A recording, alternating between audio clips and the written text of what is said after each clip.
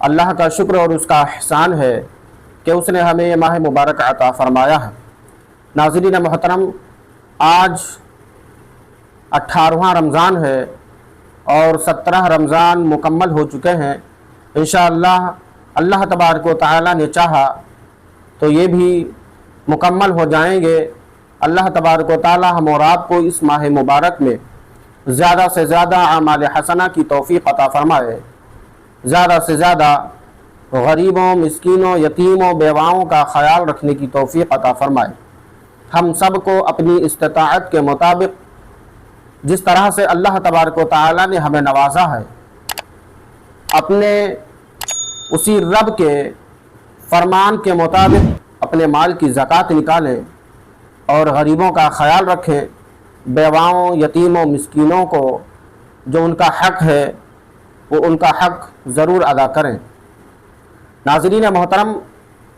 حضرت سیدنا ابو ہریرہ رضی اللہ تعالی عنہ سے حدیث پاک مروی ہے۔ حضرت سیدنا ابو ہریرہ رضی اللہ تعالی عنہ فرماتے ہیں کہ اللہ کے رسول صلی اللہ تعالی علیہ وسلم نے ارشاد فرمایا،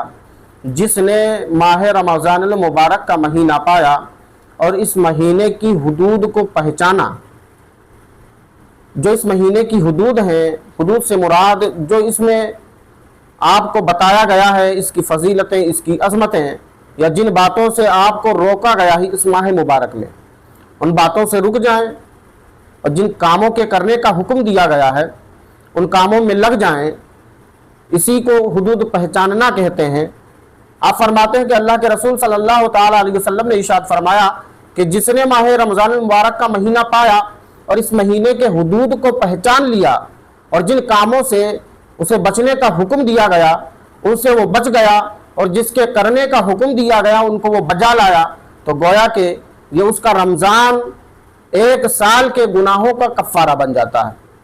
یہ میرے نبی کا فرمان ہے، یہ کسی اور کا فرمان نہیں ہے، یہ ہمارے نبی نے فرمایا ہے کہ جس نے رمضان کے حدود کو پہچان لیا، گویا کہ پھر اس کے 1 سال کے گناہوں کا کفارہ یہ رمضان بن جاتا ہے۔ یعنی پچھلے 1 سال کے جو بھی اس کے گناہ ہیں، چاہے وہ کتنے بھی ہوں، جتنے بھی ہیں، وہ سارے کے سارے گناہ، اللہ کا رسول صلی اللہ تعالی علیہ وسلم کا یہ فرمان کہ ان تمام گناہوں کا کفارہ بن جاتا ہے رمضان۔ تو گویا کہ پتہ چلا اس حدیث پاک سے کہ جو لوگ اس سال رمضان المبارک کے 300 روزے رکھنے میں کامیاب ہو گئے، جنہوں نے مکمل اللہ کی رضا کی خاطر رمضان المبارک کے 300 روزے رکھے اور جن کاموں سے بچنے کا حکم دیا گیا ان کاموں سے وہ بچ گئے، اور جن کاموں کو کرنے کا حکم دیا گیا ان کو انہوں نے بجا لایا، تو گویا کہ پچھلے سال کے گناہوں کا کفارہ، یعنی اس رمضان کی برکت سے ان کے وہ تمام گناہوں کو معاف فرما دیا جائے گا، ان کی وہ تمام خطاؤں کو معاف کر دیا جائے گا جو پچھلے سال ان سے سرزد ہوئی ہیں، جو پچھلے سال انہوں نے خطائیں کی ہیں، ان تمام خطاؤں کو اللہ تبارک و تعالی معاف فرما دے گا اور اپنی رحمت سے ان کے درجات کو بلند فرما دے گا۔ ایک اور حدیث پاک میں حضرت سیدنا ابو ہریرہ رضی اللہ تعالیٰ عنہ ہی کی روایت سے، اس حدیث پاک میں حضرت ابو ہریرہ رضی اللہ تعالیٰ عنہ بیان فرماتے ہیں کہ اللہ کے رسول صلی اللہ تعالیٰ علیہ وسلم نے ارشاد فرمایا کہ اللہ تبارک و تعالیٰ آدمی کے ہر نیک کام کے بدلے میں 10 سے 700 گنا تک نیکیاں عطا فرماتا ہے۔ اب اس کی رحمت کا تقاضا ہے، آپ نے ایک نیکی کی، آپ نے ایک اچھا کام کیا رمضان کے مہینے میں، تو وہ چاہے تو 10 نیکیاں عطا فرمائے،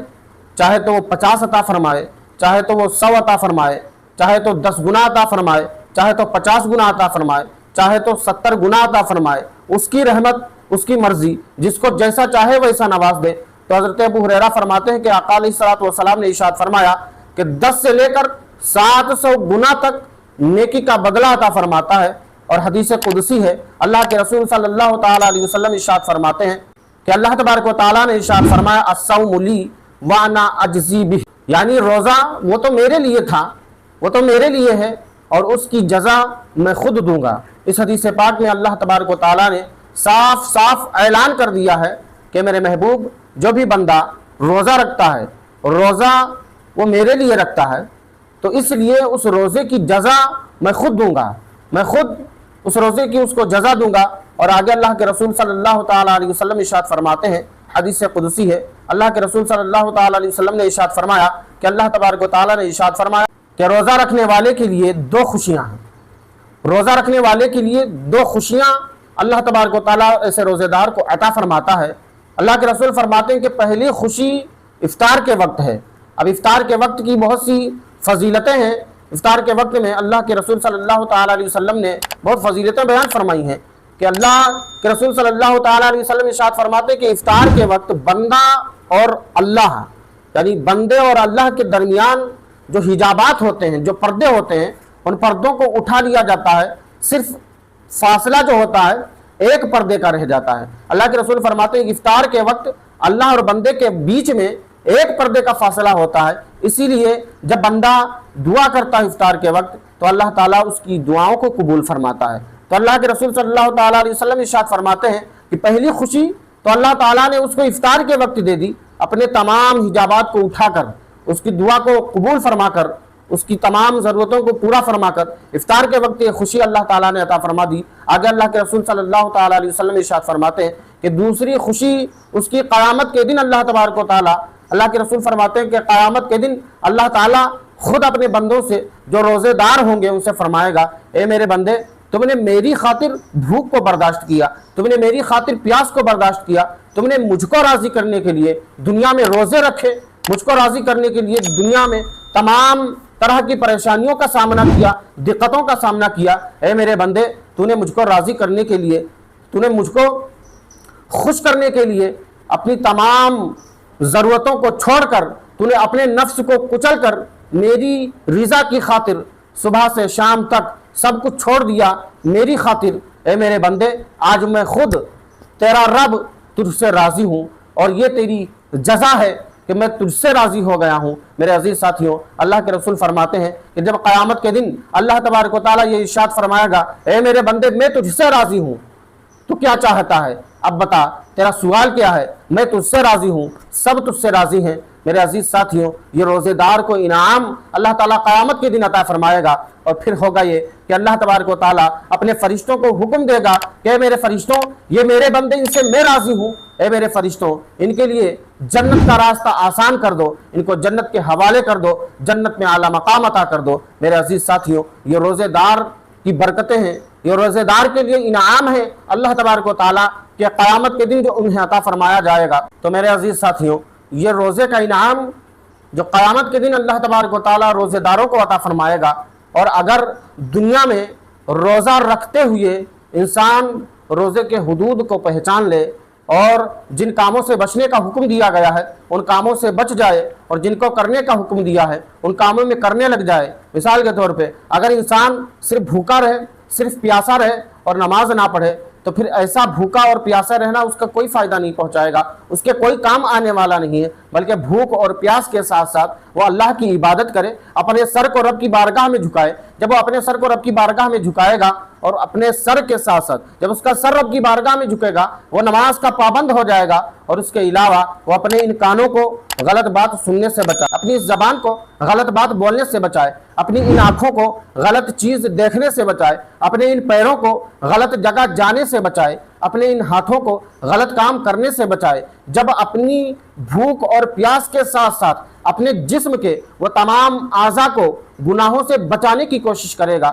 جب وہ گناہوں سے بچا لے گا، تو یہی رمضان کے مہینے کی برکت سے، اسی روزے کے وسیلے سے اللہ تبارک و تعالیٰ اپنے فضل و کرم سے اس کے تمام پچھلے گناہوں کو معاف فرما دے گا، اس کی تمام خطاؤں کو درگزر کر دے گا۔ اور اللہ تعالیٰ نے جو یہ حدیث پاک میں ارشاد فرمایا ہے، اصوم لی وانا اجزی بھی، اس حدیث پاک کو جب آپ غور سے پڑھیں گے، جب اس کو غور سے سمجھنے کی کوشش کریں گے، تو گویا کہ اللہ تبارک و تعالیٰ نے اس حدیث پاک میں سب کچھ بیان فرما دیا، سب کچھ بتا دیا۔ گویا کہ اس نے اپنے بندے سے بتا دیا کہ اے میرے بندے، تو نے میرے لیے بھوک کو برداشت کیا، تو نے میرے لیے پیاس کی تڑپ کو برداشت کیا، تو نے میرے لیے اپنے جسم کے اعضاء کو گناہوں سے بچایا ہے، تو نے میرے لیے تمام گناہوں سے بچ کر تو نے اپنے سر کو میری رضا کی خاطر میری بارگاہ میں جھکا دیا ہے، تو میں،